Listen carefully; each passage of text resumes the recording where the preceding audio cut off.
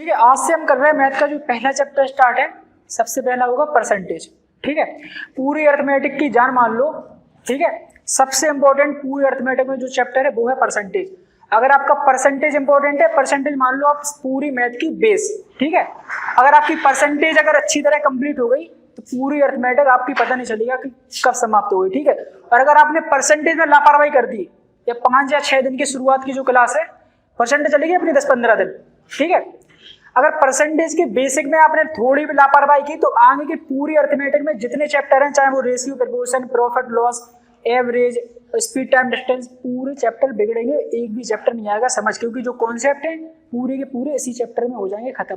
फिर तो side side में थोड़े थोड़े आएंगे किसी में रेशियो में, लेकिन सबसे इंपॉर्टेंट जो जान है पूरी अर्थमेटिक की यानी अंक गणित की, वो सिर्फ और सिर्फ है परसेंटेज। इसी चैप्टर में हम सब बेसिक चीजें पूरी सीख जाएंगे। ठीक है, कोशिश करूंगा मैं स्पीड को कम करने के, थोड़ी 1-2 दिन से थोड़ी ज्यादा चल रही है, सब लोग कह रहे हैं थोड़ी स्पीड ज्यादा है, तो हम चाहे धीरे चलेंगे।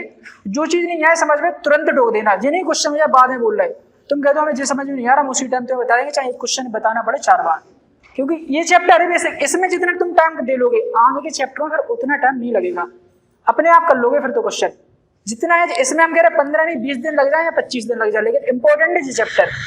ठीक है, लेकिन आइए देखो मेथड तो हम लोगों को पता है, ये क्वेश्चन जैसे कॉम्पिटिटिव एग्जाम में आने 40 क्वेश्चन आ रहे हैं जैसे आपके मैथ के। ठीक है, जैसे आपके सपोज 40 क्वेश्चन आ रहे हैं परसेंटेज के। देखो मैथ है सबसे टाइमिंग लेने वाला सब्जेक्ट, सबसे टाइमिंग लेने वाला सेक्शन है।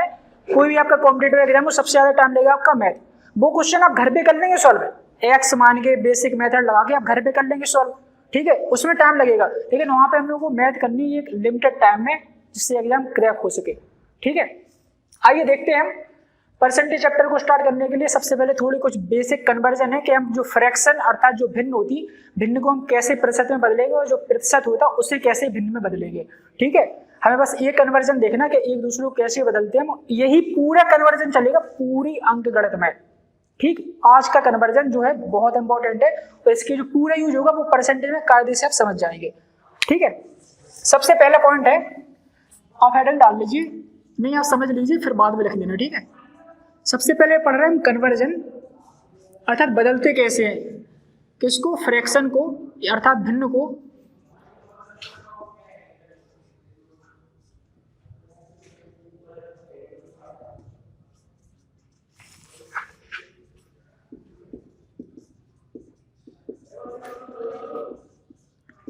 अर्थात किसी भिन्न को हम परसेंटेज वैल्यू ऐसा प्रतिशतात्मक मान में कैसे बदलते हैं और प्रतिशतात्मक मान को भिन्न में कैसे बदलते हैं। ठीक है, क्वेश्चन में हम करेंगे क्या, हर क्वेश्चन में आगे के ये हम क्यों सीख रहे हैं, क्योंकि जितने क्वेश्चन हमें देखेंगे जहां पे किसी भी क्वेश्चन में लिखा प्रतिशत, हम उस सब प्रतिशत को बदलेंगे भिन्न में, और भिन्न से होंगे हमारे क्वेश्चन आसानी से सॉल्व और जल्दी से सॉल्व। ठीक है, जैसे हमने क्वेश्चन बोला, एक एग्जाम्पल बता रहे कि इसका यूज, जैसे मैंने कहा कि राम ने अपनी किसी सामग्री को 16 सही 2/3% के लाभ पर बेच दिया। ठीक है, तो बताइए उसे, ऐसे क्वेश्चन आप 16 सही 2/3% को हम तुरंत बदलेंगे उस टाइम पे भिन्न में, और ऐसे होंगे हमारे कन्वर्जन और ऐसे होंगे हमारे क्वेश्चन आगे स्टार्ट। ठीक है, सबसे पहले हम देखेंगे फ्रैक्शन और परसेंटेज वैल्यू का एक दूसरे में कैसे बदलते, यही चलेगा 1-1.5 घंटे आपका। ठीक है, आइए सबसे पहले तो हमें बिल्कुल बेसिक पे देखना कि कोई भी भिन्न है, भिन्न को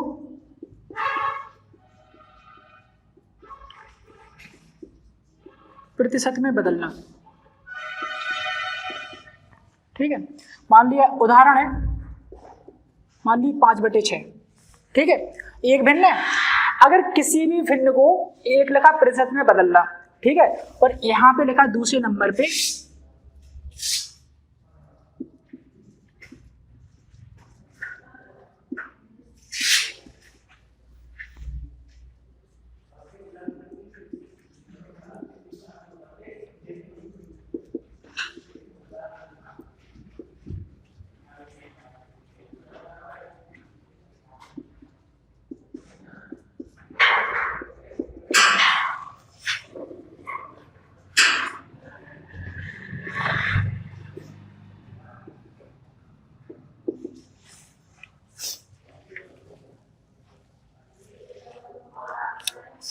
बिल्कुल बेसिक है, बिल्कुल शुरू से हो रही है अपनी स्टार्ट। ठीक है, प्रतिशत कोई भिन्न है, अगर हमें उसे प्रतिशत में बदलना, या भिन्न है या कोई भी संख्या है, ठीक है, कोई भी नेचुरल नंबर है, कोई भी प्राकृतिक संख्या है, अगर हमें उसे बदलना है प्रतिशत में, जैसे मैंने कहा 5/6, इसको आप प्रतिशत वैल्यू बताइए, तो हमें करना क्या है, जब भी किसी संख्या या किसी भिन्न को प्रतिशत में बदलने के लिए कहा जाए, हमें डायरेक्ट करना है उसमें 100 का गुणा। ठीक है, ये लिखा है यहाँ पे ब्रैकेट, हमें क्या करना है 100 का गुणा। उसके बाद दूसरे पे यहाँ पे हम क्या देखेंगे, किसी कोई भी प्रतिशत वैल्यू है, जैसे 5/6% या 100% या 20% या 30%, ठीक है, इससे बदलना हमें भिन्न में, ठीक है, इसका बदलना हमें भिन्नात्मक मान, अर्थात प्रतिशत में हटाना है, उसके लिए हम क्या करेंगे 100 का करेंगे उसमें भाग। जैसे उदाहरण के लिए कोई भिन्न है हमारे पास 5/6, ठीक है, हमने कहा कि इसको प्रतिशत में बदलो, तो हम क्या करेंगे, इसमें डायरेक्ट कर देंगे 100 का गुणा, तो ये बदल जाएगी किसमें, प्रतिशत में, यानी 5/6 का हम डायरेक्ट कर देंगे 100 का प्रतिशत। ठीक है, इसके बाद एक कर जाएगा 2 से, 2 × 6 5 गुणित यहाँ पे आ जाएगा 50%, तो बराबर कितना हो जाएगा 250/3%। इसके बाद हम 3 का भाग 250 में और दे देंगे, तो वो आगे तक चला जाएगा, तो ये हुआ 250/3%। ये वैल्यू किसकी है, 5/6 का प्रतिशत में मान। ठीक है, ऐसे बहुत से एग्जाम्पल हो सकते हैं, बस ये बिल्कुल बेसिक है, किसी भिन्न को प्रतिशत में कैसे बदला जाता है और अगर प्रतिशत मान है तो उसे भिन्न में कैसे बदला जाता है। ठीक है, अब आइए यहाँ पे उदाहरण देख लीजिए कि जैसे उदाहरण है हमारे पास 20%, यहाँ पे लिखा ना किसी प्रतिशत को हमें भिन्न में बदलना। अब 20% है, हमने कहा कि आप इसे भिन्न में बदल लीजिए, अगर भिन्न में बदलना तो हम क्या करेंगे 100 का भाग, ये प्रतिशत में है 20%, हमने कहा इसे भिन्न में बदलना, और भिन्न में बदलने के लिए क्या करना 100 का भाग, तो 20 में करेंगे हम 100 का भाग। ठीक है, ये कितनी हो जाएगी 1/5, तो 1/5 हो गया इसका भिन्नात्मक मान। ठीक है, इतना क्लियर हो गया, कोई डाउट हो तो बताओ। ठीक है, आइए इसके बाद देखेंगे हम, इतना तो आपको पता चल गया कि हमें अगर भिन्न का प्रतिशत में मान निकालना है और कोई प्रतिशत है उसका भिन्न मान निकालना है तो हम कैसे निकालेंगे। अब तीसरे नंबर में आपको जो पॉइंट लिखवाया जा रहा है, तो पूरी अंकगणित में इवन 90% क्वेश्चन में जितने भी प्रीवियस ईयर पेपर होंगे या जितने भी प्रीवियस ईयर एग्जाम होते हैं, आपको यही भिन्न की जो आपको तीसरे नंबर पॉइंट में मैं लिखवा रहा हूँ यही आपको देखेंगे, और इसी से आपके सारे क्वेश्चन होंगे सॉल्व। ये आपको ना तो रटनी है और ना करनी याद है, आप जैसे जैसे क्वेश्चनों की प्रैक्टिस करेंगे और धीरे धीरे उनका अभ्यास होगा, आपको अपने आप ये सारी भिन्न अपने आप खुद याद आने लगेंगी। ठीक है, तीसरे नंबर में हम देख रहे हैं कुछ इंपॉर्टेंट फ्रैक्शन, यानी जो भिन्न है उनका प्रतिशत में मान क्या होता है, इसी के अकॉर्डिंग पूरी अंकगणित करेंगे समाप्त। ठीक है, 1 का प्रतिशत मान होता है 100%। ठीक है, कोई भी संख्या हमेशा 100% में होती है। ठीक है, जैसे हम कहते हैं ना कोई 200% है, 300% है, 200 और 300% नहीं होता, जैसे 100 लाख होता, हमने बोला 100 लाख बोलने के लिए हम उसके बाद 101 लाख बोल रहे हैं, 102 लाख बोल रहे हैं, लेकिन आप देखिए 100 लाख के बाद वो अपने आप में 1 करोड़ में कन्वर्ट हो जाती संख्या, हो जाती है। बोलने के लिए तुम 101 लाख बोल दो, लेकिन 101 लाख की जगह बोलने से अच्छा है 1 करोड़ 1 लाख बोल दो, क्योंकि 100 लाख के बाद करोड़ में पहुंच गई संख्या। तो ऐसी परसेंटेज होती है 100% तक। अब बोलने के लिए तुम 200% बोल दो, 300% बोल दो, लेकिन अपने आप में कोई संख्या पूर्ण होती वो होती सिर्फ और सिर्फ 100%। आप एग्जाम में पूर्णांक जो होता है पूरा का पूरा वो 100% का होता है, बस उसी में लाते हैं ना आप 80%, 83%, 84%, तो प्रतिशत होगा सिर्फ 100 का। ठीक है, तो 100% होता है 1 के बराबर। ठीक है, इसके बाद अगर 1/2 का मान निकालना है प्रतिशत में तो आता है 50%, 1/3 का होता है 33 सही 1/3%, 1/4 का होता है 25%, 1/5 का होता है 20%, 1/6 का होता है 16 सही 2/3%, 1/7 का होता है 14 सही 2/7%, 1/8 का होता है 12 सही 1/2%। इसके बाद यहाँ पे 1/9 का होगा 11 सही 1/9%, 1/10 का होगा 10%, 1/11 का होगा 9 सही 1/11%, 1/12 का होगा 8 सही 1/3%, 1/13 का होगा 7 सही 9/13%, 1/15 का होता है 6 सही 2/3%, 1/16 का होगा 6 सही 1/4%, और 1/17 16/24 का होता है 4 सही 1/6%। 1/40 का होता है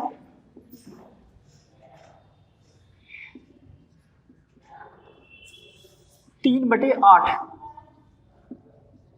37.5%।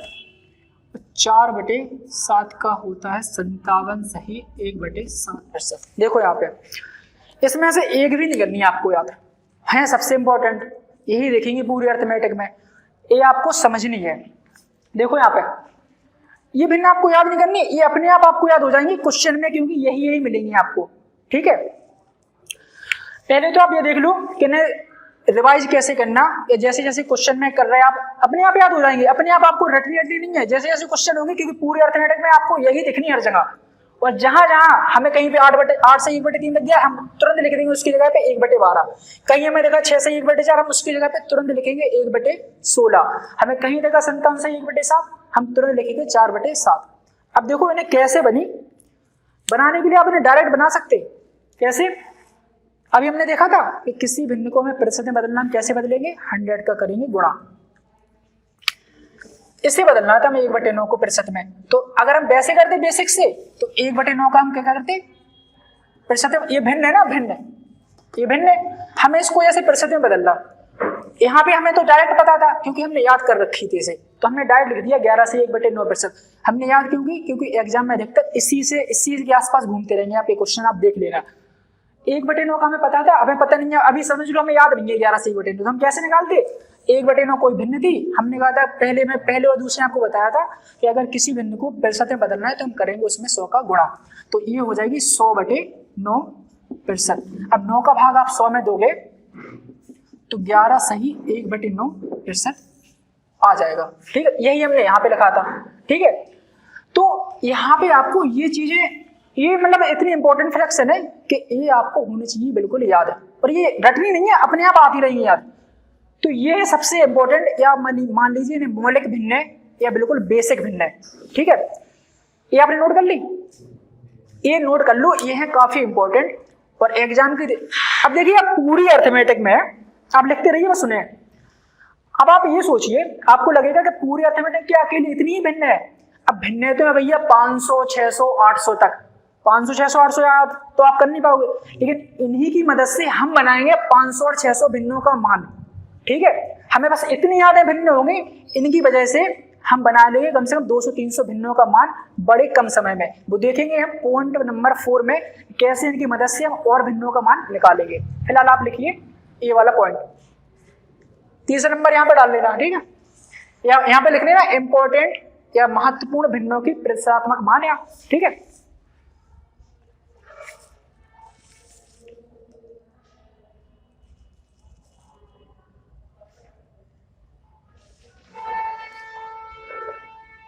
आपको ध्यान ऐसे रखना है कि 7 सही 9/13 की प्रतिशत की भिन्नात्मक मान क्या होता है? 1/13। आपको याद होना चाहिए 11 से 1/9 के प्रतिशत का भिन्नात्मक मान होता है 1/9। हम हर प्रतिशत वैल्यू को हर क्वेश्चन में बदलेंगे भिन्न में तुरंत। ठीक है, उससे होंगे हमारे क्वेश्चन आसानी से। सबसे इंपॉर्टेंट चैप्टर है, बिल्कुल बेस है परसेंटेज। अगर स्पीड तेज हो तो बता देना आप।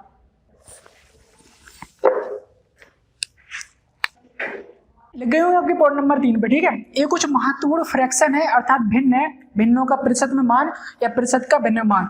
अर्थात 25% का भिन्न में मान कितना होगा? 1/4, और 1/4 का प्रतिशत में मान कितना होगा? 25%। देखिए इन्हें थोड़ी ट्रिक मान लीजिए, आप कुछ ही मान लीजिए कि इन्हें ध्यान कैसे रखना, क्योंकि इनमें कंफ्यूजन थोड़ी। ठीक है, कुछ भिन्नों के मान बहुत से सेम है, तो आप उनमें कभी 11 से 1/9 की जगह क्या बताया, यहाँ पे अगर 9 से 1/11% मान लिया, कुछ मान लिया, तो क्वेश्चन आपका तुरंत हो जाएगा गलत। ठीक है, देखो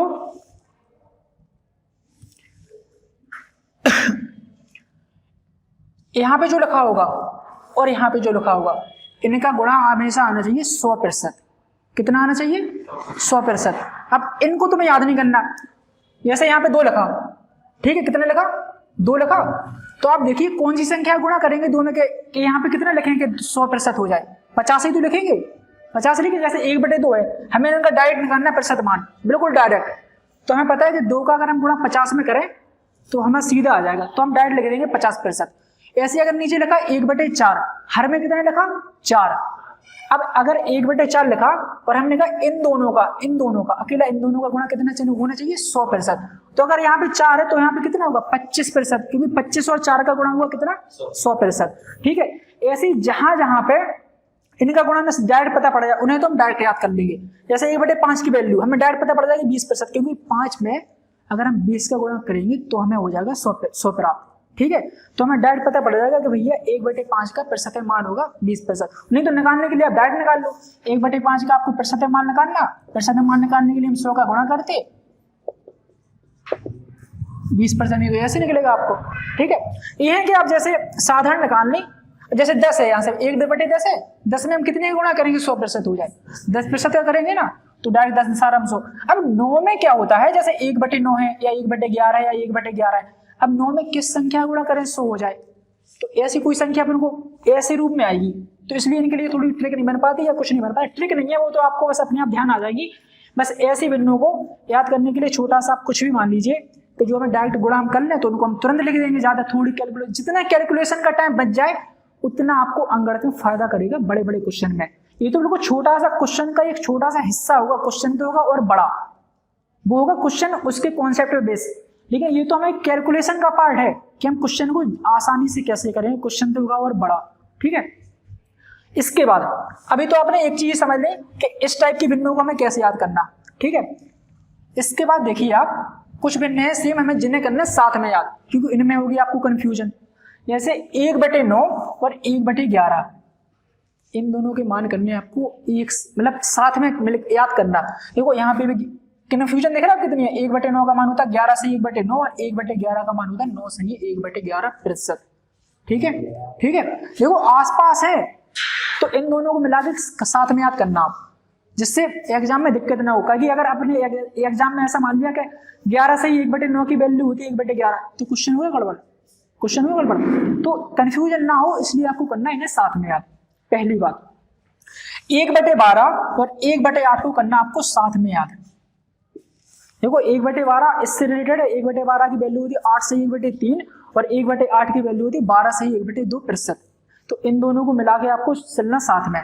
ठीक है, इन दोनों को साथ में याद करना, याद मतलब इन दोनों को साथ में लेके चलना, रिवाइज करो या कुछ भी करो, इन दोनों को साथ में देखना। इसके बाद 1/15 और 1/6 इन दोनों को साथ में लेके चलना।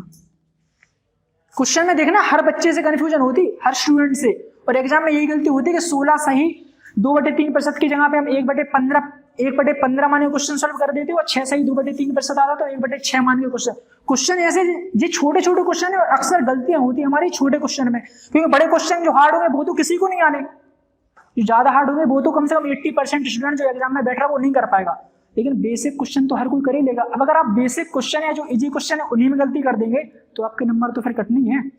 तो बेसिक क्वेश्चन है जो आसान क्वेश्चन है उन्हें इग्नोर मत करना, क्योंकि हम उन्हीं को समझ लेते कि आसान और वही क्वेश्चन कर देते एग्जाम में गड़बड़। ठीक है, अभी तो हमारी स्टार्टिंग है तो इन दोनों को हमें देखना साथ में याद। ठीक है, इसके बाद 1/7 और 1/14 की हमने लिखी नहीं है, यहाँ पे लिख लेंगे 1/14 का मान। 1/14 का मान होता है 7 सही 1/7%। ठीक है, तो 1/14 और 1/7 को करना हमें साथ में याद। देखो 1/14 का मान कितना होता है 7 सही 1/7%, और 1/7 का मान होता है 14 सही 2/7%। इतनी भिन्न है। और इसके बाद 1/16 और 1/24 इन दोनों को करना साथ में याद, क्योंकि 1/16 की वैल्यू होती 6 सही 1/4 और 1/24 की होती 4 सही 1/6। ठीक है, अब इन्हें आपको देखना है कि कैसे आप इन्हें भूले ना, क्योंकि इन्हीं की मदद से हम निकालेंगे 200 300 400 भिन्नों का मान कुछ ही सेकंडों में। ठीक है, जिन्हें हम वैसे करें तो 5-5 मिनट का टाइम ले जाएंगे अकेले ये कैलकुलेशन। उसके बाद क्वेश्चन होगा, फिर क्वेश्चन करेंगे सॉल्व, तो 8-8 मिनट का तक अगर 6 मिनट तक क्वेश्चन करेंगे सॉल्व तो फिर तो निकल गया एग्जाम। भले ही आपको टीईटी देना या कोई एग्जाम देना, लेकिन हम कर रहे हैं सबकी मिला के तैयारी। और अगर एकदम जैसे अब लगेगा आप लोगों को टाइम लगेगा, हम लोगों को ऐसे तो खत्म होगी मैथ 7 महीने में और एग्जाम है हमारा टीईटी का 2 महीने में, वो फिर हमारी गारंटी है। फिर हमें चाहे 10 घंटे की क्लास लेने पड़े मैराथन, वो मैराथन क्लास लेके यूपी टेट का सिलेबस खत्म करेंगे जो स्पेशली यूपी टेट के हिसाब से हो। ये अपनी चलती रहेगी, यहाँ पे हम सीखेंगे बिल्कुल बेसिक, बिल्कुल जीरो से, ऐसा मान के कि हम लोगों को कुछ नहीं आता। ठीक है, ये चलती रहेगी। लेकिन अगर एग्जाम आए कोई आपका यूपी डेट हम कह रहे हैं अगर फरवरी में हो जाए तो फिर वो अपनी जिम्मेदारी है कि हमें 9 घंटे क्लास चलानी होगी ऐसे, लेकिन हम लोगों को मैथ का बेसिक खत्म करना जितनी मैथ यूपी डेट में आती, क्योंकि यूपी डेट में स्पेशली आती अंक गणित, ठीक है, उसमें एडवांस मैथ नहीं आनी। जैसे आ जाएगा एक आध क्वेश्चन बाई चांस, ना तो ट्रिग्नोमेट्री से ज्यादा क्वेश्चन आते ना मेंसुरेशन से, हल्के फुल्के आएंगे, पूरा काम होता है उसमें अर्थमेटिक का यानी अंक गणित का, ठीक है।